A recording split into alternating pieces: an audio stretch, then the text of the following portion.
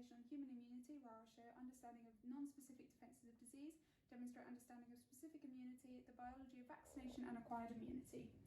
So the body mainly suffers disease due to the invasion of bacteria, viruses, fungi or parasites. The first line of defences include physical barriers. So as you can see, the body has many first lines of defence.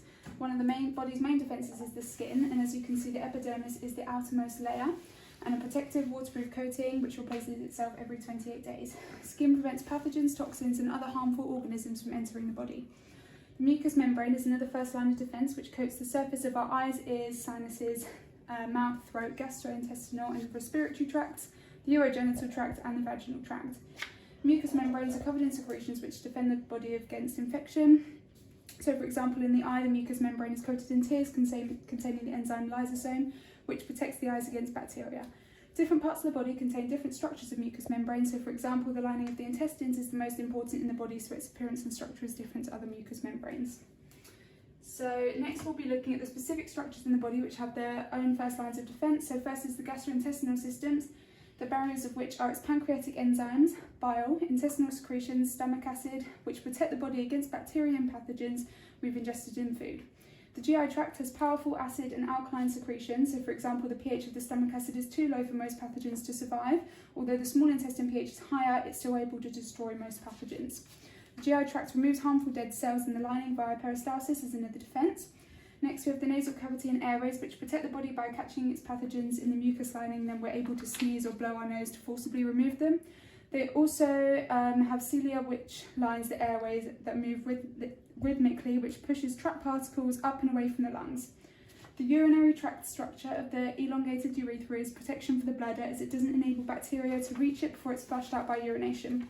For males older than 6 months, the urethra is longer, so bacteria rarely reaches the bladder before it's flushed away, whereas in females it's shorter, which makes them more susceptible for urinary tract infections. In the female genital tract, the lactobacilli bacteria metabolizes glycogen in cervical secretions, which creates lactic acid, protecting the vagina from pathogens or harmful bacteria.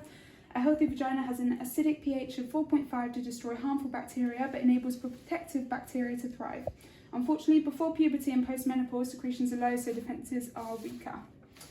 So next we'll be looking at the second line of defence, starting with inflammation, which is a major cellular response in which blood vessels dilate to increase blood circulation around infected areas. The cell walls of the infected site develop gaps to enable blood cells to pass through, increasing the strength of the immune system response and blood flow. Symptoms of the affected area include it being warm to the touch and red in colour, and the site being swollen due to the extra blood and additional proteins attracted, and also painful as inflammation places mechanical pressure on nerve cells. The inflammatory response will remain until the infection is gone, and the debris of the fight between infection and immune system will be excreted in the form of pus. Another defence is phagocytosis, which is used to define the act of macrophages engulfing and destroying invasive microorganisms, necrotic, damaged or defected cells, and it's vital in the body's defence against infection. Macrophages are formed via differentiation in response to inflammation. Monocytes undergo change to become macrophages, which are versatile and modifiable to combat different infections or work in different areas. Macrophages include enzymes which destroy the engulfed particles, enabling them to enact phagocytosis. Neutrophils are the most abundant white blood cell, and with the ability to move via chemotaxis through the blood vessels to the infected site, they are often the first there. Neutrophils are the major defences against pus-forming bacteria, and via phagocytosis they engulf invading organisms and release cytokines to attract more immune cells. Next we have cytokines, which are small proteins that signal and mediate inflammation and immunity. Their presence attracts further cytokines in a cascade reaction, and as you can see there are examples there in the box. So complement proteins are groups of 30 plus small proteins and are inactive until triggered by, for example, the presence of pathogens.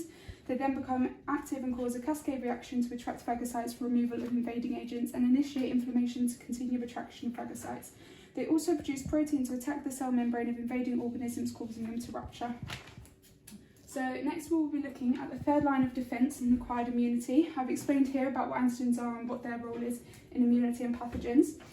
Acquired immunity isn't something we're born with and must be learned, and can be achieved naturally or artificially. Acquired immunity may be referred to as specific immunity because the body is able to remember the most efficient defence against each pathogen that has previously invaded, so that when the pathogen enters again, the immune system fights it off quicker and with more force. So for example, when we catch a cold, the immune system fights this off and adapts to defeat it. So when it enters the body again, the body can fight it off before we experience symptoms, which is a natural method of acquired immunity.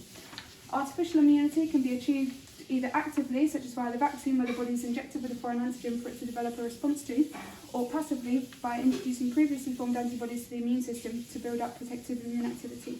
The main difference between artificial and natural immunity is that artificial immunity requires deliberate human intervention and is essential for protection against most deadly fast-acting illnesses such as polio or COVID-19, whereas natural immunity is essential for protection against daily life and general exposure to the environment around us.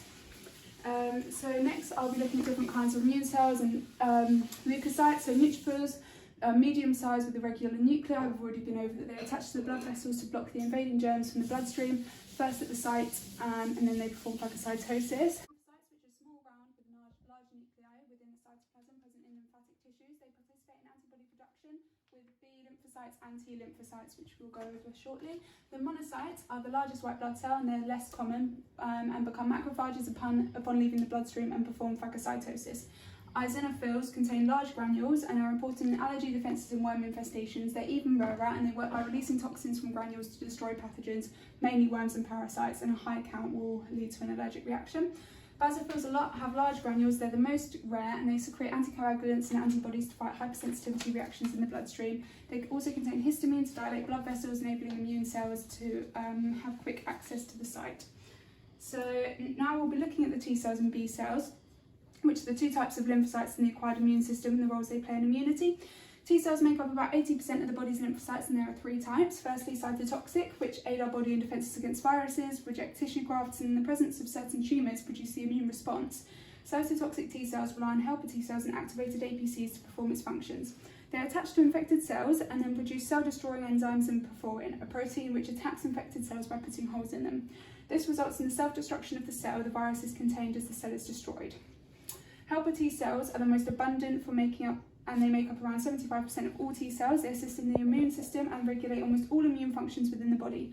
They act by a release of lymphokines, which aid in controlling other areas of the immune system by stimulating other T cells to grow, mature and attack. They also aid B cells in growth and maturing. Suppressor T cells are named as such because they suppress the functions of the helper and cytotoxic T cells, and they're vital in regulating the cells of the immune system to prevent any damage to the non-infected cells or the body's tissue during an immune system attack. Functions of T cells are signalling for growth and activation of B cells, activating cells that perform phagocytosis, stimulating cytotoxic T cells during a viral invasion. They signal growth in other T cells, macrophages and eosinophils. For activation, they require antigen-presenting cells, APCs, to alert them of the presence of foreign substances. APCs break down the foreign substance and present it to part of the T cells, present part of it to the T cells to activate them. Once activated, they're released into the bloodstream and responsible for destroying the invading substance. Next, we have B cells, of which there are two types. Memory B cells and plasma B cells. When activated, they unleash great quantities of antibodies, and their functions are to produce these antibodies and present antigens to T cells and provide signals for T cell activation. Plasma cells produce and secrete one specific type of antibody into the circulatory system. As long as the plasma continues to do so, the human body is provided with immunity. Memory B cells may be formed after stimulation after an infection is defeated. They move to the lymph nodes and lie in wait should they be activated again by the specific antigen, ready to fight the infection faster and harder than before we experience symptoms. So immunoglobulins or antibodies are proteins or many types of molecules attached to antigens. Their main functions are fighting infections, neutralizing toxins, recruiting immune cells, activating mast cells, eliminates antigens, complements activation and stimulates cells that perform phagocytosis. Typically, immunoglobulins G, E and D are structured as shown here, made up of 4 chains, two lighter in mass and 2 heavier in mass, arranged in the shape of a Y. So immunoglobulin G, IgG, is most numerous. It's a major activator of complement pathways. It stimulates a direct attack on any unknown particles and can transfer via placenta to the fetus during pregnancy, providing unborn babies with protection against disease. Immunoglobulin A, IgA, is the second most abundant, important in cellular defense for mucosal surfaces. If the body has too little, the major infections of mucosal surfaces may occur, such as inside the mouth, throat and lungs. Immunoglobulin M, IgM, is structurally unique from the others, so it contains 5 regular immunoglobulins joined together at their bases, and the first immunoglobulin synthesized during an antibody reaction is M. We also have immunoglobulin E, which is the largest. In the healthy people it's only present in small amounts, but in the case of a parasitic invasion or allergic reaction, the levels of it rise greatly, and hay fever is caused by having too much of it.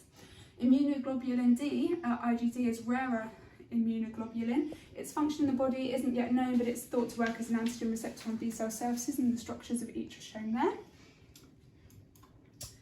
So now we'll look at self-recognition and our body's tolerance to our own tissues. As all antigens are unique and individual, the immune system can detect foreign antigens immediately, ensuring only non-self antigens are attacked. The two most important factors enabling the immune system to distinguish between self and non-self are major histocompatibility complexes 1 and 2.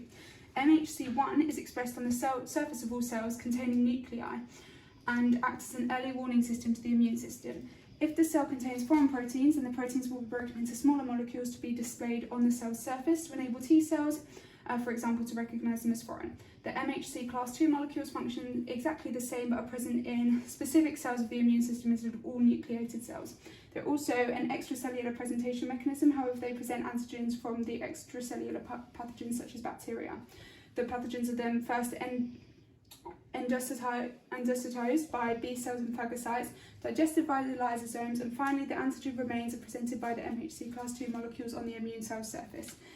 T cells then collect the fragments. So hypersensitivity occurs when the immune system is repeatedly exposed to the same antigen, causing an abnormal reaction.